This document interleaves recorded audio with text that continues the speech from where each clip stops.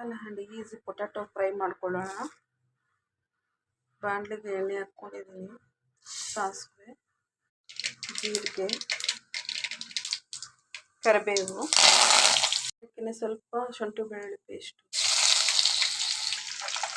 ಶುಂಠಿ ಬೆಳ್ಳುಳ್ಳಿ ಪೇಸ್ಟ್ನ ಚೆನ್ನಾಗಿ ಫ್ರೈ ಮಾಡ್ಕೊಳ್ಳೋಣ. ಅರ್ಧ ಸ್ಪೂನ್ ಧನಿಯಾ ಪುಡಿ,